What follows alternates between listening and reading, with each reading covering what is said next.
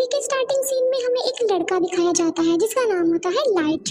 उस वक्त लाइट अपने स्कूल में होता है, तब अचानक ही वेदर चेंज हो जाता है, हवाएं चलने लगती हैं और आसमान से एक बुक जमीन पर आकर गिरती है। वो बुक लाइट को मिल जाती है। लाइट उसे चेक करता है और फिर अपने पास रख लेता है।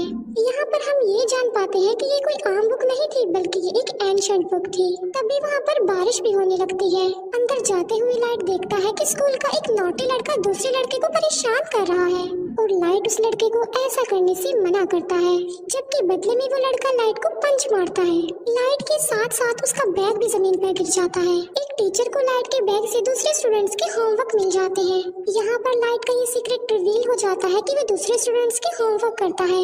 इस बात की वजह से लाइट को प्रिंसिपल के पास भेजा जाता है। पनिशमेंट देने के लिए लाइट को अकेला ही एक रूम में रखा जाता है। जब वो अकेला बैठा होता है तो उसे वो एंशिएंट बुक याद आ जाती है। फिर वो उस बुक को रीड करने लगता है और ये कोई सिंपल बुक नहीं थी, बल्कि रोल से भरी हुई थी, यानी इस बुक को रखने के भी असूल थे। ये बुक सदियों पुरानी थी। इस बुक को पाकर लाइट को काफी अजीब फील होता है। जब वो इस बुक को एग्जामिन कर रहा होता है तब वहाँ पर अजीब चीजें होना शुरू हो जाती हैं। वहाँ पर लाइट एक अजीब चीज को नोटिस करता है जो इंसान नहीं था बिल्कुल भी, बल्कि वो एक क्रिएचर था। उसकी बॉडी की स्किन नोकदार थी और वो काफी डरावना और क्रीपी लुक दे रहा था। लाइट उसे देखकर बहुत ज्यादा डर जाता है, लेकिन बाद में उसे सारी बात समझ में आ जाती है कि ये कोई क्रिएचर नहीं बल्कि एंजल ऑफ डेथ है, यानी मौत का फरिश्ता। और ये एंजल ऑफ डेथ इस बुक का गार्डियन है।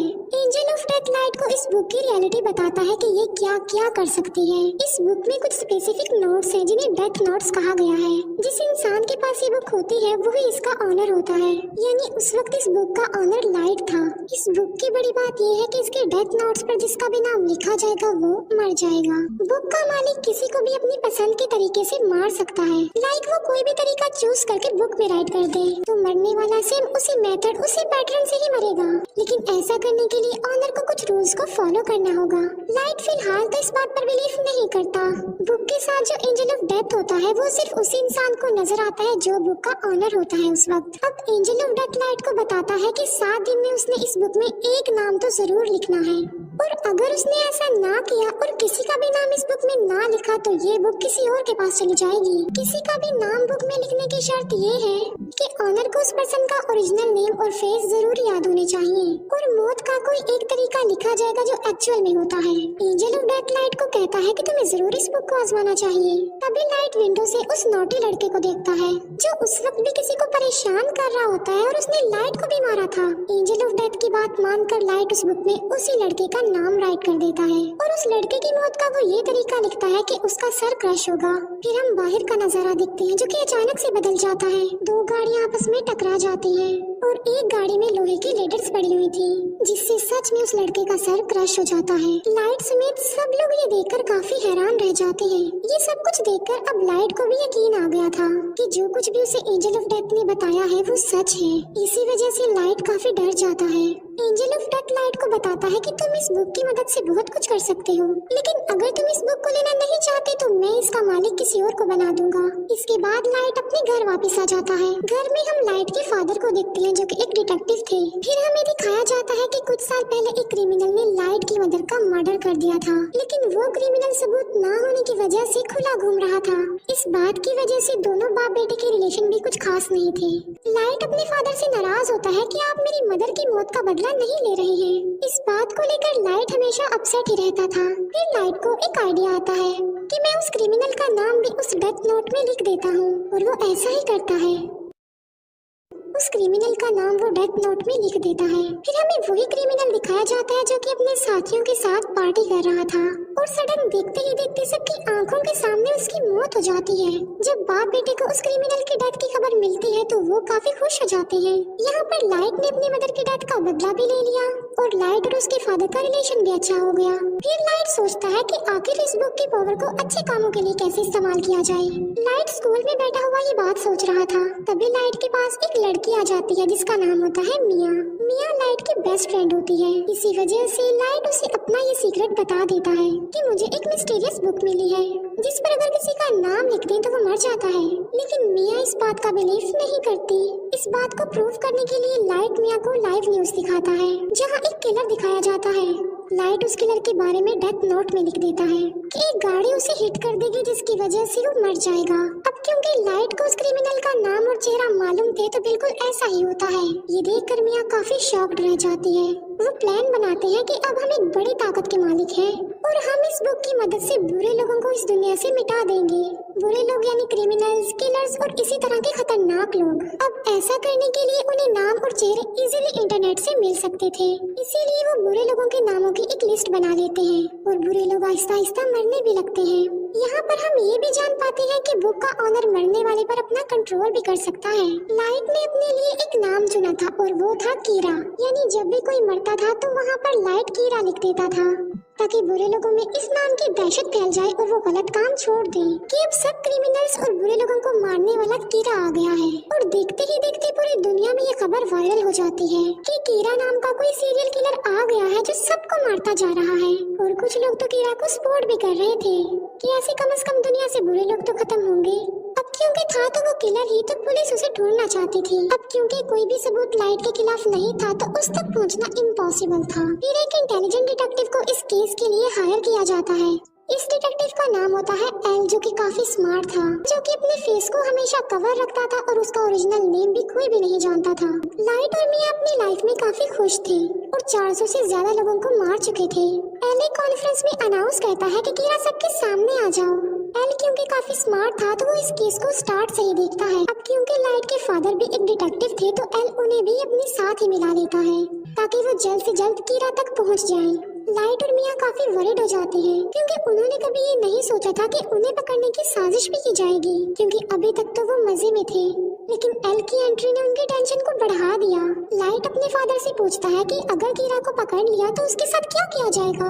लाइट के फादर कहते हैं कि आधे लोग कहेंगे कि कीरा को फांसी की सजा होनी चाहिए, जबकि आधे लोग कहेंगे कि आखिर इसने ये सब कुछ कैसे किया, इस बात पर रिसर्च की जाए। ये सुनकर लाइट की टेंशन और ज्यादा बढ़ जाती है। फिर ये सारी बात वो मिया को भी बताता है और उसे कहता है कि अब हमें ये सब कुछ स्टॉप कर देना चाहिए, क्योंकि एल के शक के दायरे में बहुत सारे लोग थे जिनमें लाइट भी शामिल था, क्योंकि वो अपने फादर के डाटा को इजीली एक्सेस कर सकता था। इसीलिए एल एक एजेंट को लाइट के पीछे लगा देता है ताकि वो लाइट की एक्टिविटीज पर नजर रख सके। जब लाइट को इस बात का रियलाइज होता है तो वो खुद को नॉर्मल रखता है। बुक में लाइट का इंटरेस्ट कम होता देखकर मिया को बुरा लग जाता है, क्योंकि ये सब करके मिया काफी एंजॉय कर रही थी। लाइट और मिया के लिए उनके रास्ते का पत्थर एल बन गया था, लेकिन वो चाहकर भी एल को नहीं मार सकते थे, क्योंकि ना तो वो लोग उसका ओरिजिनल नेम जानते थे और ना ही उन्होंने कभी उसकी शक्ल देखी थी, जो कि बुक का रूल भी था। लाइट और मिया इस बात पर डिस्कस कर रहे होते हैं कि इस बुक में उन सारे एजेंट्स के नाम राइट करने चाहिए जो कीरा को ढूंढ रहे हैं, ताकि बाकी डिटेक्टिव्स कीरा से डर जाएं और मजबूरन उन्हें इस केस को बंद करना पड़े। ये सब कुछ मिया करना चाहती थी, लेकिन लाइट ऐसा कुछ भी नहीं करना चाहता था, क्योंकि वो इनोसेंट लोगों की जान लेना नहीं चाहता था। इसीलिए मिया को भी लाइट की ये बात माननी पड़ती है और उस पर एग्री करती है। दूसरी तरफ एल को ये भी पता चल जाता है कि कीरा ने सिर्फ उन लोगों को अपना विक्टिम बनाया है जिन लोगों को टीवी पर दिखाया गया है, और कीरा उन लोगों को नहीं मार सकता जिसका फेस और नाम वो नहीं जानता। अब उस पर शक ना आए इसीलिए लाइट डिसाइड करता है कि वो कुछ दिन लोगों को नहीं मारेगा। लेकिन सडन एक इंसिडेंट हो जाता है। वो सारे एजेंट्स बिल्डिंग से कूदकर सुसाइड कर लेते हैं, जो कि इस केस में शामिल थे और कीरा को ढूंढ रहे थे। लेकिन ये नाम तो लाइट ने नहीं लिखे थे, तो फिर ये नाम किसने लिखे थे? यहाँ से सिचुएशन खराब हो जाती है, क्योंकि अब तक सिर्फ कीरा बुरे लोगों को ही मारता आ रहा था। सब उसे हीरो समझ रहे थे, मगर अब तो उसने पुलिस को भी मार दिया। इसीलिए अब वो हीरो नहीं बल्कि खतरा बन गया जो किसी को भी मार सकता है। इस बात को लेकर लाइट काफी वरीड हो जाता है। वो एंजल ऑफ डेथ से पूछता है कि क्या ये सब कुछ तुमने किया? तब एंजल ऑफ डेथ कहता है कि ये नाम किसी और ने लिखे हैं, क्योंकि ये काम मैं नहीं कर सकता। लाइट के फादर अपनी कॉन्फ्रेंस में कीरा को चैलेंज करते हैं कि इनोसेंट लोगों को मारना बंद कर दो। अगर हिम्मत है तो मुझे मार कर दिखाओ और सबके सामने आ जाओ। ये न्यूज़ लाइट और मिया भी देख रहे थे। गुस्से में आकर मिया लाइट को कहती है कि तुम अपने फादर का नाम भी लिख दो उस बुक में। मिया को कहता है कि मैं अपने फादर को कैसे मार सकता हूँ, तुम्हारा क्या दिमाग खराब हो गया है? एल और भी समझदारी से इस केस को हैंडल कर रहा था। वो देखता है कि अब लाइट के फादर को कीरा मारेगा या फिर नहीं, मगर ऐसा नहीं होता। अब क्योंकि लाइट के फादर नहीं मरते, जिससे एल का जो शक लाइट पर था अब वो यकीन में बदल जाता है, क्योंकि आखिर वो भी तो एक डिटेक्टिव ही है जो इस केस को हैंडल कर रहे हैं, मगर कीरा ने उन्हें नहीं मारा। यानी कीरा कोई और नहीं बल्कि लाइट ही है। इसीलिए रात को एल लाइट से मिलता है और उसे उगलवाने की कोशिश करता है कि तुम ही कीरा हो। एल लाइट से काफी क्वेश्चंस भी करता है और उसे अपना फेस भी दिखा देता है और कहता है कि ये सब कुछ करना अब बंद कर दो। लाइट उसकी बातों को इग्नोर करके वहाँ से चला जाता है। अब खतरा उसके सर पर ही था। वो चाहते हुए भी एल को नहीं मार सकता था। मिया एल को कहती है कि मैं तुमसे प्यार करती हूँ और इस मुसीबत से निकलने के लिए हमें कुछ करना चाहिए। एल को अपने रास्ते से हटाने के लिए लाइट काफी सोचता है। वो कहता है कि एल का चेहरा तो मैं देख ही चुका हूँ, मगर एल का ओरिजिनल नेम उसका फ्रेंड जरूर जानता होगा। लाइट एल के फ्रेंड का नाम उस बुक में राइट कर देता है और उसे अपने कंट्रोल में कर लेता है। अब यहाँ पर बुक का एक और रूल सामने आता है कि अगर ओनर ने किसी के नाम वाला पेज जला दिया तो वो पर्सन बच जाएगा और उसे कुछ भी नहीं होगा। लेकिन एंजल ऑफ डेथ लाइट को बताता है कि ये सिर्फ एक ही दफा होगा। अब एल का फ्रेंड लाइट के कंट्रोल में आ चुका था, मगर वो भी एल का ओरिजिनल नेम नहीं जानता था। लाइट उसे कहता है कि किसी भी तरह एल का असली नाम पता लगवाओ। तब एल का फ्रेंड बताता है कि एल एक अकेडमी में जाता था, मे भी उसके डॉक्यूमेंट्स में उसका ओरिजिनल नेम हो, इसीलिए लाइट उसे फौरन अकेडमी में जाने को कहता है। एल का फ्रेंड ऐसे ही करता है और वो अकेडमी में चला जाता है। लाइट का प्लान था कि जब उसे एल का ओरिजिनल नेम पता चल जाएगा तो वो उस पेज को जला देगा जिस पर एल के फ्रेंड का नाम लिखा है, जिससे उसकी जान बच जाएगी और सब कुछ नॉर्मल हो जाएगा। लेकिन एल को डाउट हो जाता है कि उसका फ्रेंड मिसिंग है। उसे सारी बात भी समझ आ जाती है कि लाइट ने उसे भी अपने कंट्रोल में ले लिया होगा मेरा असली नाम जानने के लिए। इस बात से एल काफी वरिड हो जाता है, इसीलिए एल बगैर इन्फॉर्म किए लाइट के घर पर आ जाता है। वो लाइट के फादर को कहता है कि आपका बेटा ही असल कीरा है और इसी ने ही मेरे फ्रेंड को गायब भी किया है। लेकिन लाइट पर किसी को भी शक नहीं था क्योंकि उसके खिलाफ कोई सबूत जो नहीं था। एल उनके घर की तलाशी लेता है, मगर उसे वहाँ पर कुछ भी नहीं मिलता, ना ही वो एंशिएंट बुक मिलती है क्योंकि मिया उसे अपने साथ ले गई थी। फिर लाइट को एल के फ्रेंड की कॉल आती है कि मैं अकेडमी तक पहुंच गया हूं और उसके पास बस थोड़ा ही टाइम रह गया था और एल का फ्रेंड बस नाम बताने ही वाला होता है। जब लाइट पेज को जलाने लगता है तो वो दिखता है कि वहाँ पर तो वो पेज नहीं है बल्कि गायब हो चुका है। इसीलिए नाम बताने से पहले ही एल के फ्रेंड की मौत हो जाती है। इस बात से लाइट को काफी दुख होता है। फिर एक डांस पार्टी में मिया ये राज रिवील करती है कि एल के फ्रेंड के नाम का पेज मैंने ही फाड़ा था और तो और पुलिस ऑफिसर्स के नाम भी उस बुक में मैंने ही लिखे थे। वो बताती है कि अब तो मैंने तुम्हारा नाम भी लिख दिया है उस बुक में।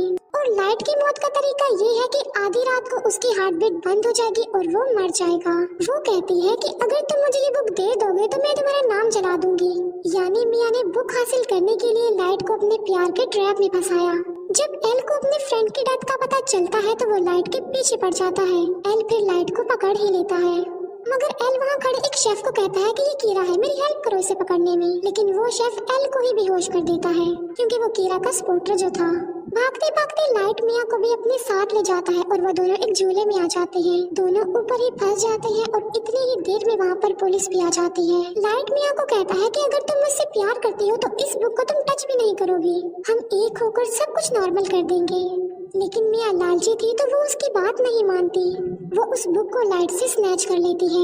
ये देखकर लाइट मिया को कहता है कि ये तुमने बहुत गलत किया है। ये सुनकर मिया समझ जाती है कि इस बुक में लाइट ने मेरा भी नाम लिख दिया होगा। अब दोनों के नाम ही बुक पर थे तो सडन दोनों नीचे गिर जाते हैं।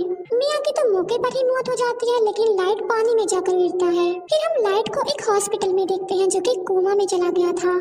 इसी दौरान और क्रिमिनल्स की भी मौत हो जाती है। वो लोग देखते हैं कि एल का शक तो लाइट पर था, लेकिन वो तो कोमा में चला गया है, लेकिन लोग तो स्टिल मर रहे हैं। फिर हम देखते हैं कि जब मिया और लाइट झूले से गिर रहे थे तब एक पेज उस बुक में से निकलकर गिरता है और जल जाता है और उस पेज पर लाइट का नाम लिखा हुआ था।